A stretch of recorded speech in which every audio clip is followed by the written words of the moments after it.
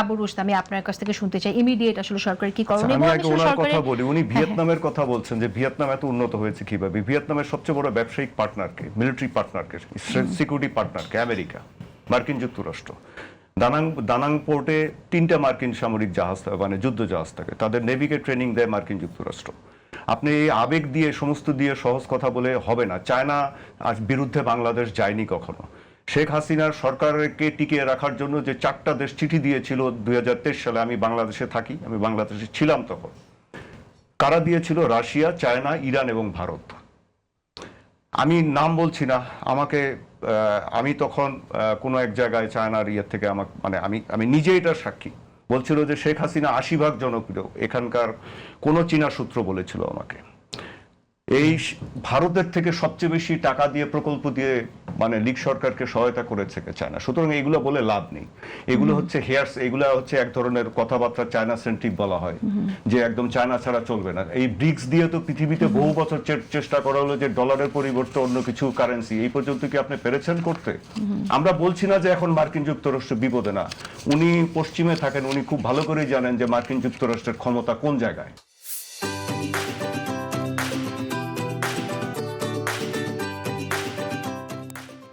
আপনি চায়না বিপদে পড়বেন না কিভাবে? আপনি যদি পৃথিবীতে ব্যবসা বাণিজ্য না থাকে, চায়না তার প্রোডাক্ট বিক্রি করবে কোন জায়গায়? বাংলাদেশের মানুষ কিনবে না, ইন্ডিয়ান মানুষ কিনবে না। ইন্ডিয়ার সাথে চায়নার ব্যবসা হচ্ছে 120 বিলিয়ন ডলারের, মার্কিন যুক্তরাষ্ট্রের সাথে ব্যবসা হচ্ছে 600 বিলিয়ন ডলারের। আপনি চায়না তাহলে বিক্রি করবে কোথায়? যদি আপনি বলেন যে আমেরিকাই শেষ হয়ে যাবে, তাহলে তো চায়নাও শেষ হয়ে যাবে। আমেরিকান রাষ্ট্রপতির চায়না সফর করার কথা ছিল এই মাসের শেষে, সেটা ট্রাম্প পিছিয়েছে। এন্ড চায়না চুপ করে আছে কেন এই পর্যন্ত? একটা কথা বলে না, শুধুমাত্র ইরানের ব্যাপারে বলেছে উই আর ডিপলি কনসার্ন। একটা সুপার পাওয়ার পৃথিবীর, যখন সোভিয়েত রাশিয়া পৃথিবীর সুপার পাওয়ার ছিল, তারা আমেরিকাকে কাউন্টার করতো। আপনি কি নিকট অতীতে কোথাও দেখেছেন যে চায়না কোনো এক জায়গায় তার একটা বন্ধু রাষ্ট্রের পিছনে দাঁড়িয়েছে?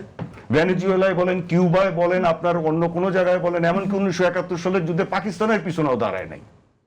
আপনার আমেরিকা খারাপ হোক ভালো হোক গিয়ে দাঁড়ায়, রাশিয়া গিয়ে দাঁড়ায়, রাশিয়া তার বন্ধু ইন্ডিয়ার পিছনে দাঁড়ায়, অন্যদের পিছনে দাঁড়ায়। আচ্ছা, এইগুলো হ্যাভিং সেড সো, এখন আপনি বলেন যে এই যে কথাটা বলা হচ্ছে যে আপনার এখানে লাভবান হবে আপনার রাশিয়া, লাভবান অবশ্যই রাশিয়া হবে।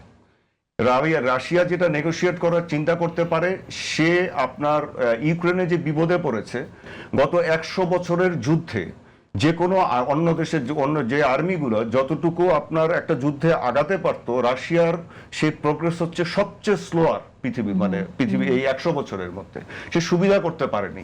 উত্তর কোরিয়া থেকে সৈন্য নিয়ে যেয়ে যুদ্ধ করতে হচ্ছে, উত্তর কোরিয়ার হাউজারের গোলা লাখ লাখ নিয়ে যেতে হচ্ছে।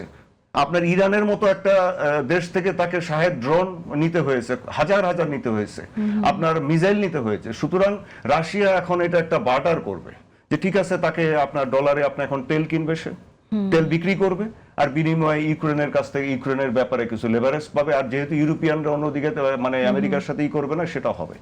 কিন্তু এগুলো করে আসলে এরকম একটা ছক কষা করুক ঠিক না যে আমেরিকা একদম শেষ হয়ে যাবে, ইরান একদম মানে সবকিছু, বা রাশিয়া চীন হবে, এরকম না। জিনিসগুলো অনেক জটিল। আর একটা কথা আমি ওনার প্রতিবাদ করছি যে বাংলাদেশে এরকম কথায় কথায় যে ডক্টর খলিল আমেরিকার এজেন্ট, অমুক ভারতের এজেন্ট, অমুক পাকিস্তানের এজেন্ট, এই ধরনের সরলীকরণ করা ঠিক না। তারেক রহমান সাহেব হয়তো না জেনে শুনে ডক্টর খলিলকে পররাষ্ট্রমন্ত্রী করেন নাই। হিজ এ ক্যারিয়ার ডিপ্লোমেট এবং অত্যন্ত মেধাবী একজন ডিপ্লোমেট, এবং আমেরিকার সাথে সম্পর্ক না রাখলে বাংলাদেশ চলতে পারবে না। বাংলাদেশ হচ্ছে আদার ব্যাপারী, জাহাজের খবর নিয়ে আমাদের কোনো লাভ নেই। এত বড় আমরা মানে কিছু হইনি, বাংলাদেশের কোনো খনিজ সম্পদ নাই আমাদের। বললাম তো যে আমাদের শুধু গার্মেন্টস আর রেমিটেন্স, সবচেয়ে বেশি রেমিটেন্স আছে আমেরিকা থেকে।